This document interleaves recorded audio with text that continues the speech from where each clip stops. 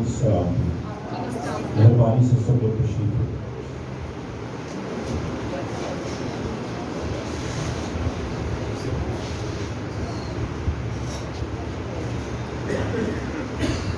Hallelujah hallelujah hallelujah. سب سے پہلے تو خداوند اپنے ذات خدا کا شکر ادا کرتا ہوں. اس کے فضل سے ممکن ہوتا ہے کہ ہم اس کے گھر میں جمع ہوتے ہیں اور اس کے کلام کی سچائیوں کو سیکھتے ہیں.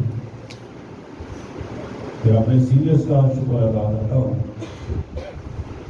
کہ ہمیں موقع فراہم کرتے ہیں کہ ہم کلام اقدس کو آپ کے ساتھ شیئر کریں. سو آج کلام خدا میں سے جس بات کو آج ہم سیکھیں گے وہ ہے جہاں خداوند یسوع المسیح وہاں پر برکت اور شادمانی. ہمارا آج کا جو ٹاپک ہے وہ ہے جہاں پر خداوند یسوع المسیح وہاں پر برکت اور شادمانی. میرے عزیزو، انسان ہوتے ہوئے ہم بہت سی پلاننگز کرتے ہیں، بہت سے معاملات کو سر انجام دیتے ہیں اور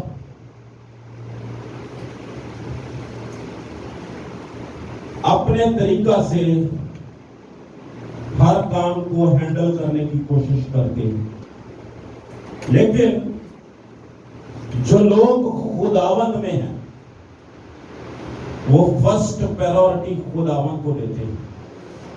وہ زندگی کے ہر ایک ایریا میں خداوند کے نام کو اول درجہ دیتے ہیں. ہر ایک بات میں، ہر ایک کام میں خداوند کی مرضی کو جانتے ہیں. اور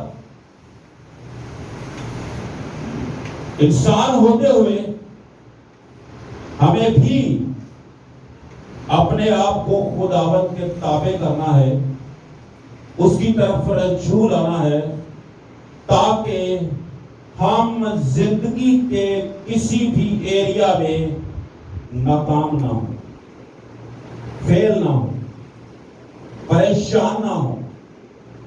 مصیبتیں، پریشانیاں، دکھ، تکلیفیں جتنی مرضی ہوں لیکن ہر حال میں خداوند کے نام کو چلا دوں گا. کیونکہ میرے عزیزو، جس کے پاس کلام خدا میں لکھا ہے کہ جس کے پاس بیٹا ہے اس کے پاس زندگی ہے. اور جہاں خداوند یسوع المسیح آ جاتے ہیں، جس گھرانے میں آ جاتے ہیں، جس زندگی میں آ جاتے ہیں، وہاں شادمانی ہی شادمانی ہوتی ہے. کلام خدا میں پولس اور سیلاس کہاں پر تھے؟ قید میں. اور کر کیا رہے ہیں؟ خدا کی حمد کے گیت گا رہے ہیں. کلام خدا میں لکھا ہے کہ جب تم پریشان ہو، رنجیدہ ہو، افسردہ ہو تو کیا کرو؟ دعا کرو. اور جب خوش ہو تو کیا کرو؟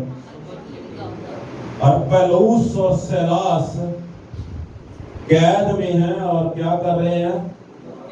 حمد کے گیت. اس کا مطلب ہے خوش ہو رہے ہیں. اور پولس رسول بھی فلپیوں کے خط میں اس بات کو بیان کرتا ہے کہ خوش رہو، پھر کہتا ہوں خوش رہو.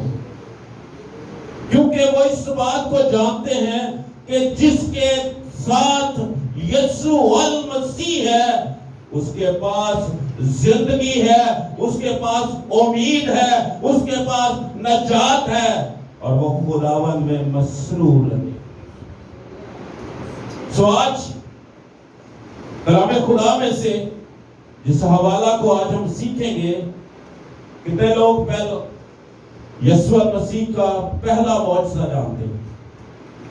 کون سا ہے؟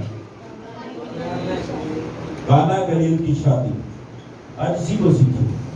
میرے ساتھ نکالیے یوحنا رسول کی معرفت لکھا گیا انجیلی بیان، اس کا 2 باب اور اس کی پہلی 11 آیات کلام خدا میں سے پڑھیں گے، پھر اسی کے مطابق سٹیپ بائی سٹیپ اسی کو آج سیکھیں گے۔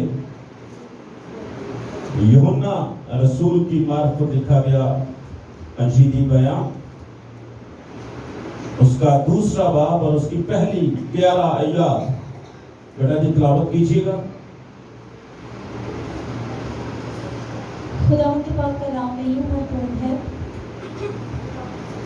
پھر تیسرے دن کانا گلیل میں ایک شادی ہوئی اور یسوع کی ماں وہیں تھی، اور یسوع اور اس کے شاگردوں کی بھی اس شادی میں دعوت تھی۔ اور جب میں ہو چکی تو یسوع کی ماں نے اس سے کہا کہ ان کے پاس میں نہیں رہی۔ یسوع نے اس سے کہا، اے عورت، مجھے تجھ سے کیا کام ہے؟ ابھی میرا وقت نہیں آیا۔ اس کی ماں نے خادموں سے کہا، جو کچھ یہ تم سے کہے وہ کرو۔ وہاں یہودیوں کی طہارت کے دستور کے موافق پتھر کے 6 مٹکے رکھے تھے، ان میں 2 3 من کی گنجائش تھی۔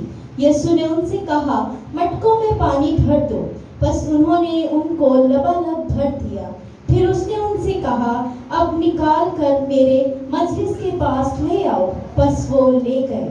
جب وہ میرے مجلس نے وہ پانی چکھا تو میں بن گیا تھا اور جانتا نہ تھا کہ یہ کہاں سے آئی ہے، مگر خادم جنہوں نے پانی بھرا تھا جانتے تھے۔ تو میرے مجلس نے دلہا کو بلا کر اس سے کہا، ہر شخص پہلے اچھی میں پیش کرتا ہے اور ناقص اس وقت جب پی کر چک گئے، مگر تو نے اچھی میں اب تک رکھ چھوڑی ہے۔ یہ پہلا معجزہ یسوع نے کانا گلیل کی شادی میں دکھا کر اپنا جلال ظاہر کیا۔ اس کے شاگرد اس پر ایمان لائے۔ خداوند کے پاک کلام کے پڑھے اور سنے جانے پر خداوند کی برکت ہو۔ خداوند کا شکر۔ میرے عزیزو، خداوند یسوع مسیح کی زندگی کا سب سے پہلا معجزہ کانا گلیل کی شادی میں شرکت اور وہاں پر پانی کو میں بنا۔ سب سے پہلے کانا گلیل، یہ واقعہ کہاں پر ہے؟ 2 کانا گلیل، بائبل مقدس میں 2 کانا ملتے ہیں۔ ایک کانا یوحنا کی انجیل میں ملتا ہے اور دوسرا یشوع 19 باب کی 28ویں آیت میں ملتا ہے۔ جب اسرائیلیوں کو، قبیلوں کو بانٹا گیا اور ایریاز تقسیم کیے گئے، تو آشر کا قبیلہ، اس کو یہ کانا جو سور کے علاقہ میں واقع ہے وہ اسے ملا۔ اور مقدس یوحنا یہاں پر اس کو اس لیے کانا گلیل لکھ رہے ہیں تاکہ ہم بآسانی اس بات کو سمجھ سکیں کہ یہ کون سے کانا کی بات کی جا رہی ہے، کس جگہ کی بات کی جا رہی ہے۔ اور یہ کانا گلیل جو ہے یہ یروشلم سے تقریباً 100 کلومیٹر اور ناصر سے 4 کلومیٹر کے فاصلے پر واقع ہے، اور یہ کفر نحوم اور ناصرت کے درمیان واقع ہے۔ اسی لیے مصنف نے اس کو کانا گلیل لکھا تاکہ ہم اس بات کو سمجھ سکیں کہ یہ کون سی جگہ ہے۔ میرے عزیزو، اب آتے ہیں اپنے ٹاپک کی طرف۔ جب خداوند یسوع مسیح اور اس کے شاگرد اور اس کی ماں اس شادی میں تھے تو وہاں پر میں ختم ہو گئی. میں انگوروں کا تازہ رس، بہت سے لوگ اس کو غلط انداز میں بیان کرتے ہیں کہ یہ وائن تھی، لیکن یہ انگوروں کا تازہ رس ہے. جس طرح آج ہم اپنے شادی بیاہ میں کولڈ ڈرنکس یا کشمیری چائے یا اس طرح کے مشروبات پیش کرتے ہیں، کیونکہ اسرائیل میں سب سے زیادہ انگور کی کاشت ہوتی تھی اور اب بھی ہوتی ہے، اس لیے وہاں پر انگور کا تازہ رس جسے میں کہتے ہیں وہ پیش کیا جاتا ہے.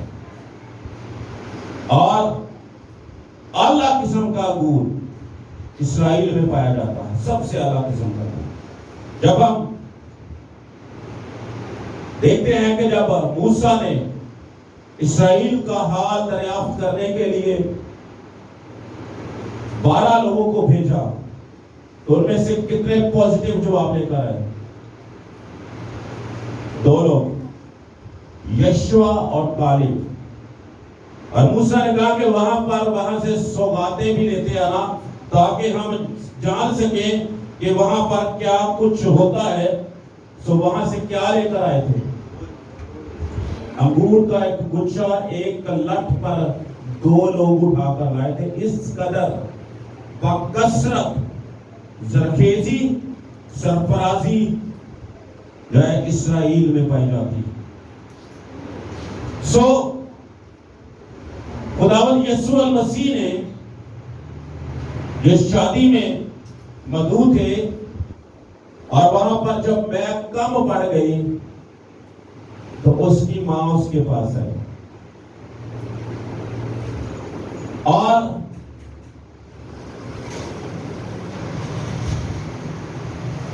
اس نے آ کر اس سے کہا کہ ان کے پاس میں نہیں رہی. تو خداوند یسوع المسیح نے اس سے کہا کہ آئے عورت مجھے تجھ سے کیا کام. بہت سے دوسرے مذاہب اس بات پر بڑا اعتراض کرتے ہیں کہ خداوند یسوع المسیح نے بائبل مقدس میں اپنی ماں کو آئے عورت کہہ کر مخاطب کیا ہے. میرے عزیزو، بائبل مقدس 3 زبانوں میں لکھی گئی، عبرانی، ارامی اور یونانی. اور جو تحقیق کا سلسلہ ہے وہ اس طرح تحقیق ہوتی ہے کہ جنون جس زبان میں جو بات کہی گئی ہو اس بات کے مطلب کو پڑھا جائے. لیکن بدقسمتی یہ ہے کہ ہماری بائبل کا ترجمہ کتنے لوگوں نے کیا جی؟ 40 لوگوں کی کمیٹی بنی، جس میں کتنے مسلمان تھے؟ 26 مسلمان، 4 سکھ اور 10 مسیحی اس کمیٹی میں شامل تھے. اور جب اردو میں اس کو شائع کیا گیا تو اس کمیٹی کے ہیڈ محمد اسماعیل تھے، کوئی مسیحی نہیں تھا. اس لیے بائبل کے اردو ترجمہ میں بہت سی آپ کو غلطیاں ملیں گی، کیونکہ جب ہم زبور 67 کا مطالعہ کرتے ہیں تو وہاں پر لکھا ہے کہ دیکھو صحرا کا سوار آتا ہے، زبور 67 میں. لیکن جب اس کو انگلش ورژن میں ہم دیکھتے ہیں تو وہاں پر بادلوں کا سوار لکھا گیا ہے، اور بادلوں پر ایک ہی ہستی آئے گی اور وہ میرا اور آپ کا زندہ خداوند یسوع المسیح. عزیزو، اے عورت، اس بات کے لیے یوحنا کی انجیل 19 باب اور اس کی 26ویں آیت میں درج ہے، جب خداوند یسوع المسیح صلیب پر اپنی جان کا کفارہ دے رہے تھے، تو یوحنا عارف سے انہوں نے کہا تھا اور اپنی ماں سے کہا تھا کہ اے عورت دیکھ تیرا بیٹا یہ ہے، اور یوحنا عارف سے کہا تھا کہ دیکھ اب سے تیری ماں یہ ہے۔ اب غلطی بائبل کی نہیں، غلطی ان مصنفین کی ہے جنہوں نے اس کا ترجمہ کیا۔ اور جب ہم پاسٹر شفیق کنور کی کتاب صلیبی کلمات کو دیکھتے ہیں، اس میں خصوصاً مولوی ثناء اللہ مرحوم انہوں نے اس بات پر بہت گہرا جو ہے وہ اس پر نکتہ چینی کی اور اعتراض کیا۔ اور میرے عزیزو، بائبل پر اعتراض کرنے والوں کو ایسے بڑے موقع مل جاتے ہیں، کیونکہ جب اس کا ترجمہ ہی پورا ہوا ہے تو پھر اعتراض ضروری بنتے ہیں کہ جہاں وہ نہ سمجھتے ہوئے بھی اپنا علم چاڑھنے کی کوشش کرتے ہیں۔ پاس صاحب نے اس دن کہا تھا کہ نیم قیمت خطرہ جان۔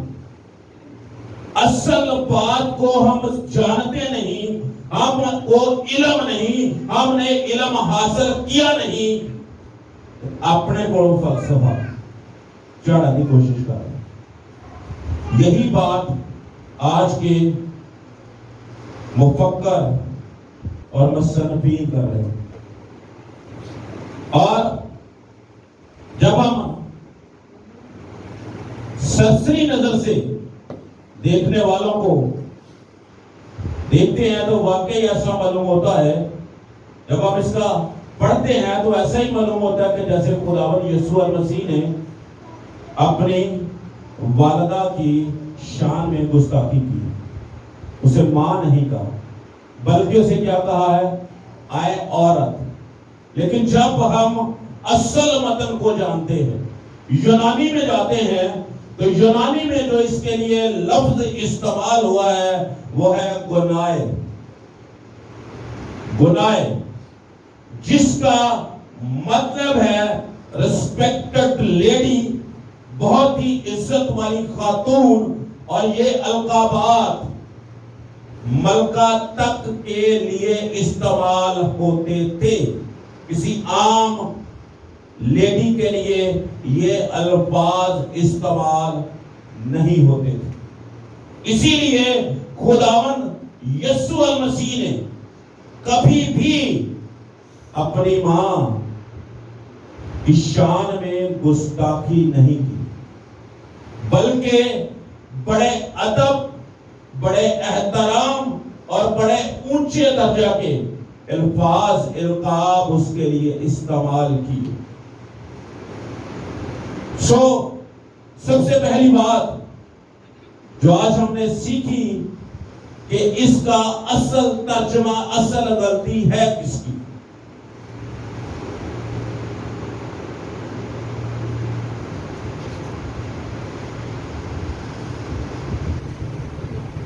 میرے عزیزو، جب ہم برکت اللہ صاحب نے کی کتاب کا مطالعہ کرتے ہیں معجزہ قانا گلیل، تو وہاں پر جو انہوں نے گنائے کے لیے لفظ استعمال کیا، بڑا ٹھیٹ اردو ترجمہ اور بڑا ریسپیکٹڈ جو اردو میں سمجھا جاتا ہے، انہوں نے اس کا ترجمہ بی بی جی کیا، بی بی جی یا مائی جی، اور بتایا کہ یونانی گنائے ایک باعزت خطاب سمجھا جاتا، اور یہ لفظ ایسے موقعوں پر بولا جاتا ہے جب مخاطب کا نہ صرف ظاہراً ادب مقصود ہو بلکہ دلی عزت بھی مقصود ہو۔ گنائے، اور گنائے لفظ انگریزی لفظ لیڈی کا مترادف ہے۔ ہم شکل ہے، ملتا جلتا ہے، اور یونانی لفظ ایک باعزت خطاب ہے جو معزز خواتین یہاں تک کہ ملکہ تک کے لیے استعمال ہوتا تھا۔ اور خداوند یسوع المسیح نے ہمیشہ اپنی ماں کے لیے تعظیمی الفاظ استعمال کیے۔ دوسری بات کہ مجھے تجھ سے کیا کام، ان الفاظ کا تعلق بھی پرانے عہد نامہ کی ایک رسم ہے جو کہ قضات کی کتاب کے 14ویں باب کی 10ویں آیت میں جس میں ملتی ہے۔ اگر آپ لکھنا چاہتے ہیں تو لکھ لیجئے، پڑھ لیجئے گا گھر جا کے۔ اس کا مطلب ہے کہ پاسٹر نے یہودی شادی کے بارے میں تھوڑا سا ٹچ دیا تھا، پاسٹر جویل صاحب نے، کہ جتنی بھی خورد و نوش کا انتظام ہوتا تھا وہ کس کے ذمہ ہوتا تھا؟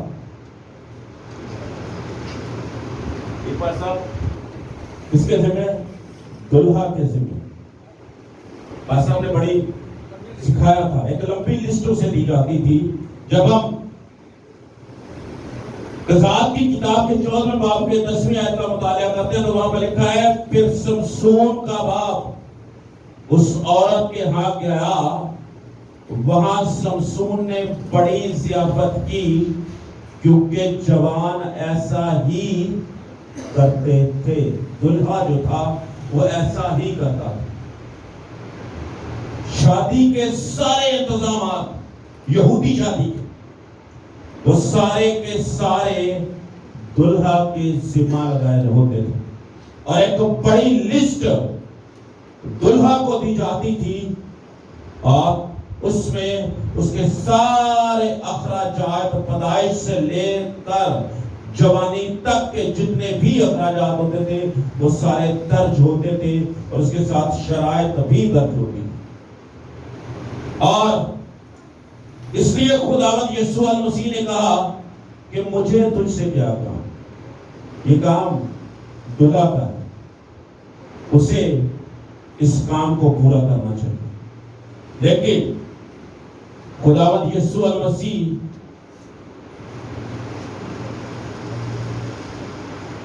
اپنے ماں کے بھی تابعدار تھے۔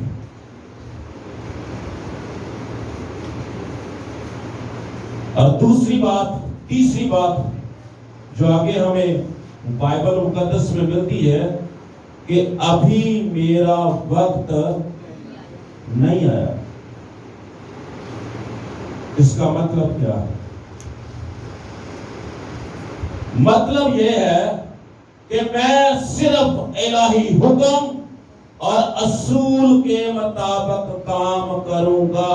میں صرف اور صرف اپنے باپ کی مرضی کو پورا کرنے کے لیے اس دنیا میں آیا ہوں، کیونکہ اس نے جب اس کو گیتسمنی باغ میں اس کا پسینہ خون کی شکل میں ٹپکا، تب اس نے دعا کی کہ اے باپ، میری نہیں بلکہ تیری مرضی ہو۔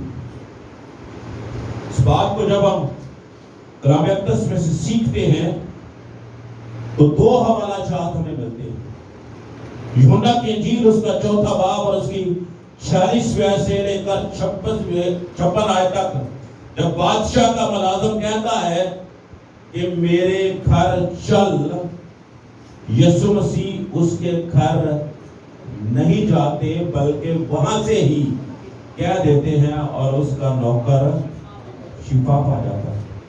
اور دوسری بات،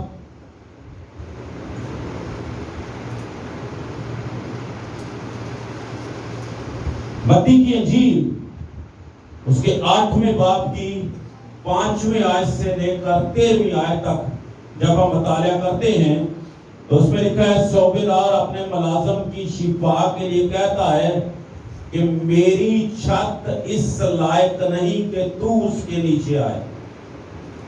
لیکن خداوند یسوع مسیح اپنے باپ کی مرضی کو پورا کرتے ہیں اور وہاں پر